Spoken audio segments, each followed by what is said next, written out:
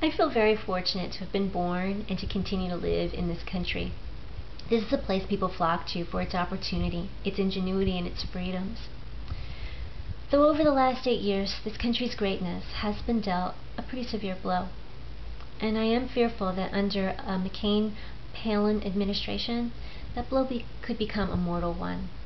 McCain is more of the same. He has hired Bush advisors. He hires lobbyists. He employs very negative campaign ads, fraudulent ones at that.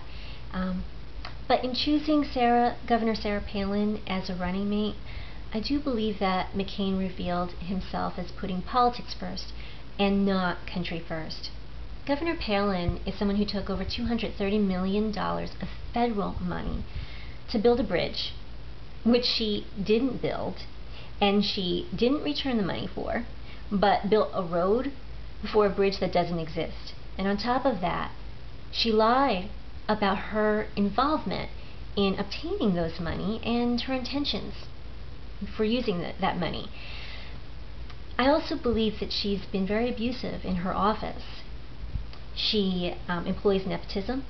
She's hired friends and family for jobs they were not necessarily qualified for, and she hired BP for the pipeline deal. BP is her husband's employer. I've seen on the news that when people ask questions about her credibility and about her record in office, that opponents hit them over the head with the hammer of sexism. But I don't believe posing those questions is sexist. I believe it's patriotic. And I think that if you don't pose these questions, then you're being disrespectful. You're being disrespectful to the women who fought for suffrage, the ones who were imprisoned and who starved for the right to vote. You're being disrespectful for those people who marched with Dr. Martin Luther King for civil rights. You're being disrespectful to my grandfather who fought in World War II, and to my father who was there for this country in Korea. I love this country. This country, I went from poverty to becoming a lawyer.